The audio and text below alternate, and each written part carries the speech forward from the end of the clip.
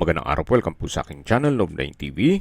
Patalasasan po, meron po ba kayong mga properties na napapabayaan or non-performing assets? Plan nyo ibenta, pero wala kayong oras sa pagbenta nito. Kung ito'y pagkakatiwala nyo po sa amin, tawag lang po kayo sa aking numero, usap po tayo, gawin ko po ng video for free. Yes, libre po, wala po kayong babayaran. Tutulungan pa namin kayong mabenta ang inyong property. Kami na po bala sa marketing, sa boosting or paid ads. Even sa tripping, hindi na po kayo mapapagod sa pag-entertain ng mga buyers. Kami na po bala sa lahat. Tawag lang po kayo. Meron po tayong bagong video presentation, isang residential property na 4-story house. Ito po'y napakalapit lang sa Tagaytay. Nasa loob po ito ng isang exclusive subdivision na meron pong complete amenities gaya ng clubhouse, park and playground, basketball court, swimming pool, at 24 hours po ang security. Ito po'y nasa matas na lugar. Ang estimated elevation above sea level ay 2,000 feet. Kaya ito pong bahay ay meron pong overlooking view ng Taal Lake at Volcano. Dito po sa likod ng bahay ay napakalaki pa ng espasyo o bakanting lote na kung saan pwede po kayo maglagay ng swimming pool. Yan po yung property line. May concrete fence na po yan. Paikot ng buong property. May lot area po ito na 370 square meters at may floor area na 359 square meters. Titulado, buhay po ang may-ari, kaya wala po kayong maging problema sa documentation o sa transfer ng title.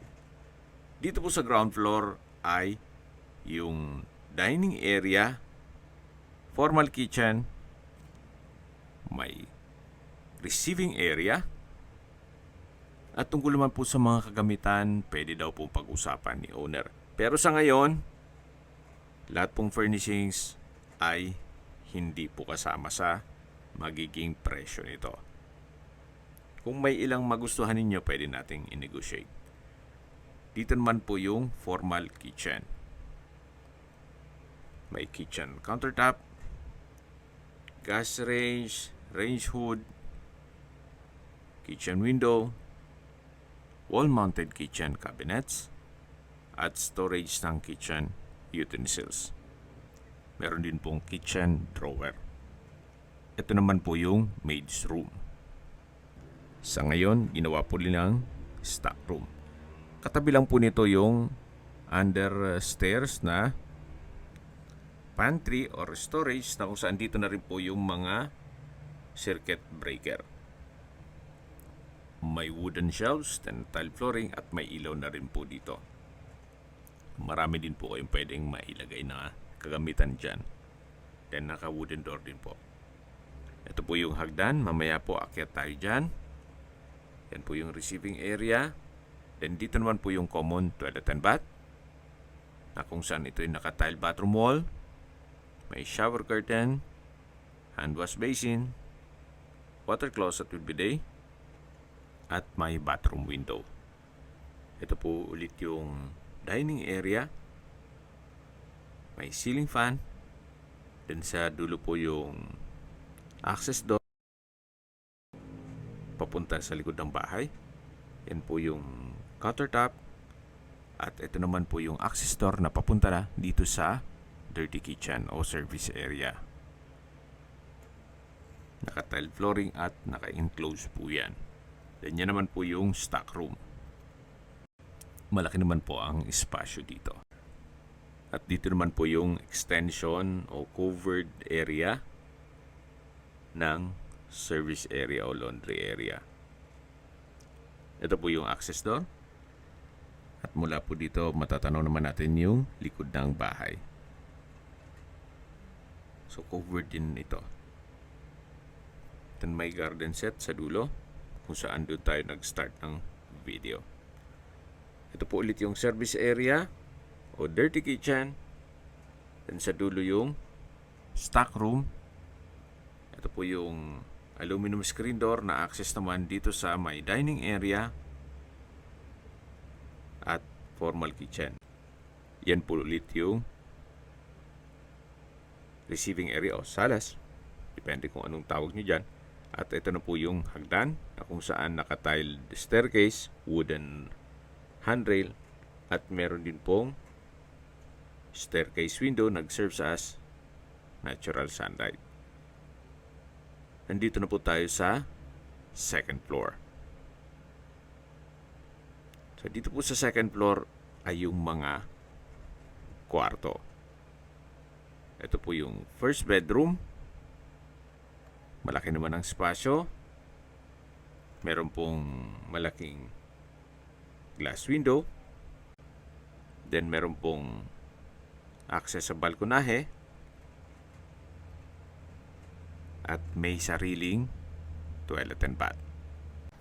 Meron pong his and hers vanity. May bathroom countertop.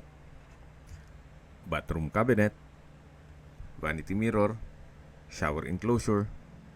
Ito po yung dual entry or Jack and Jill dun sa kabilang kwarto. Dito po yung water closet with bidet. May bathroom window. At balik po ulit tayo dito sa kwarto. Ito po yung tinutukoy ko na balkonahe. Yan po yung property line. Then meron lang pong dahon ng palm tree dito. Pero matatanaw naman yung likod ng bahay. Balik po tayo dito sa kwarto. Meron pong wardrobe. May ceiling fan. Sa pintura ng ceiling at wall, kung hindi naman maselan, pwede pa po. Maayos pa po siya. Then mayroon na rin po palang window type aircon. Ito naman po yung kabilang kwarto. May ceiling fan. Halos same size lang po sila. Then sa pintura ng ceiling at wall, maayos naman. May window type aircon. Then may customized window glass. At ito naman po yung walk-in closet. At katabi lang po nito yung access door dun sa sharing na banyo or Jack and Jill. Yan po yung shower enclosure. So ito po yung pangalawang kwarto. At lalabas na po tayo para check natin yung ibang parte nitong bahay. So ito naman yung pangatlong kwarto. Sa spasyo, halos pares lang po nung mga nauna. Then meron pong window type aircon. Then glass window. At may sariling toilet and bath. Yan po yung pangatlong kwarto. Halos to maximize po nila yung space kasi dito sa dulo ay ginawa nilang walk-in closet na meron pong mga wooden rack. Dito po sa second floor ay meron pong tatlong kwarto. Matatanong natin yung hagdan at akyat po tayo. Samahan niyo po ako. Meron po ulit staircase window. May curtain. Then ito pong staircase ay naka-tile flooring din po at naka-wooden handrail. Dito naman po sa third floor ay yung main door. Ito po yung main door at paglabas po natin may aluminum screen door. Then yung covered na garahe o carport. Kakasya po ang dalawang sasakyan. Sa taas po ng garahe ay yung mismong malaking balkonahe. So yan po yung frontage. Then meron din pong covered lanay. At sa dulo po ay meron pong maliit na hagdan na papunta naman sa likod ng bahay. Balik na po ulit tayo dito sa loob. At mula po dito sa main door at garahe, dito naman po yung third floor na meron pong dining area. Then meron din pong maliit na kwarto. At dito naman po nakapwesto yung living area o salas. Na napakalaki po ng espasyo. Sa mababanggit ko pong presyo ay hindi po kasama ang mga kagamitan. Mamaya po sa dulo pati ng video pag-usapan natin ang presyo nito. Ito po yung access door na papunta naman dito sa balkonahe na kung saan napakaganda po ng tanawin. Napakaaliwalas. Tahimik ang lugar, sariwa ang hangin, at malamig po ang klima. Tanaw na tanaw po ang Taal Lake at Volcano, pati po Mount Makulot. Yan po yung likod ng bahay. Napakaraki pa po ng espasyo. At hanggang sa dulo po ang balkonahe. Balik po ulit tayo dito sa loob. So yan po yung living area o salas. Sa dulo po may countertop, then wall-mounted cabinet. May modern design light fixtures sa ceiling.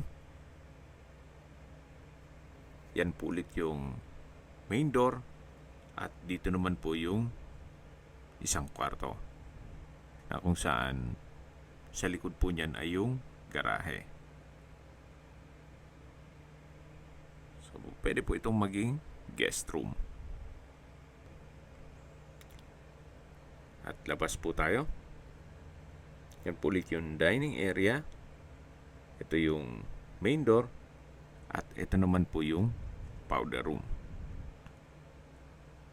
May bathroom countertop, hand wash basin, vanity mirror, bathroom cabinet, tile bathroom wall, at may water closet with bidet. Meron din pong bathroom window. So ito po yung third floor. Kung tatama rin na kakain sa baba, pwede po kayong kumain dito. At ito naman po yung hagdan. Ganun din po, naka-tiled staircase, wooden handrail at metal railing. Yan po yung staircase window na nag-serve as natural sunlight. At nandito na po tayo sa fourth floor. Dito naman po ay meron pong mga malaking kwarto o master bedroom. Check natin. So napakalaki ng espasyo. May split type aircon. Meron din pong access papunta sa balkonahe. May customized window glass, may pin lamps, may isang pintura ng ceiling at wall, naka-tiled flooring, may customized glass window. Check natin itong balkonahe. Mas maganda po ang view. Mas mataas po ito. Tunghayin niyo po ulit. Napakaganda po, napakaliwalas. Gaya po nang nasabi ko sa inyo kanina, ito po yung nasa mataas na lugar. Ang estimated elevation above sea level ay 2,000 feet. Ganun po kataas ang lugar. Flood-free area. Siyempre, secured naman po ito.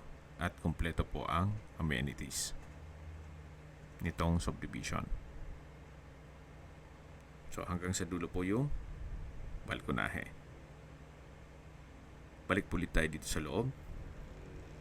Ito po ulit yung master bedroom. May console table. Naka-blinds yung bintana. At ito naman yung banyo. Frozen glass po itong shower enclosure. May grab handle. Tile bathroom wall. Hot shower set. At dito naman po yung water closet with bidet. Bathroom countertop. Bathroom cabinet, vanity mirror, bali couple po yan. Labas po tayo.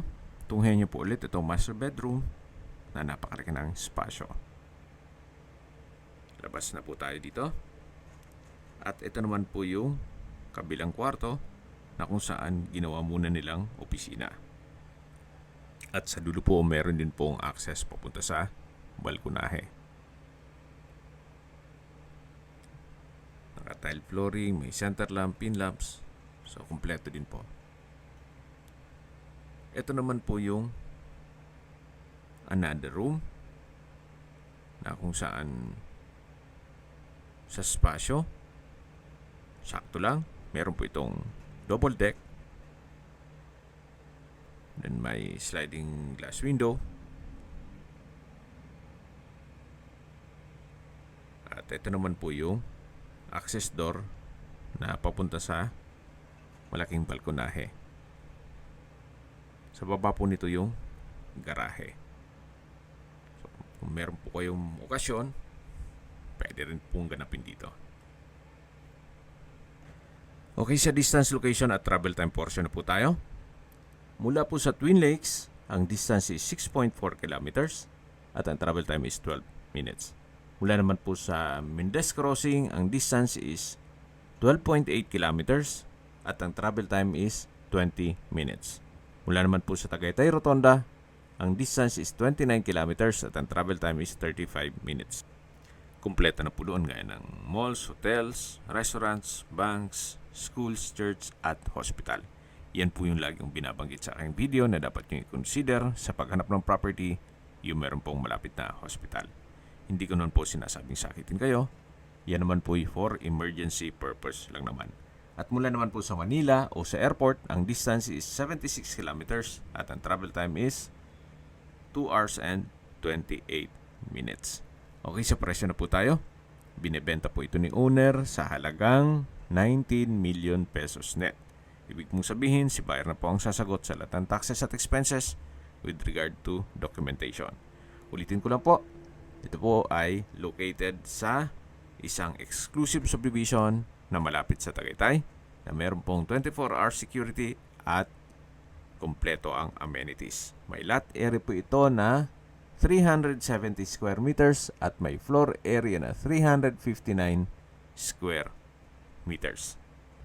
Tungkol naman po sa dokumento nito, ito po'y titulado, buhay po ang may-ari, kaya wala po kayong maging problema sa documentation o sa transfer ng title.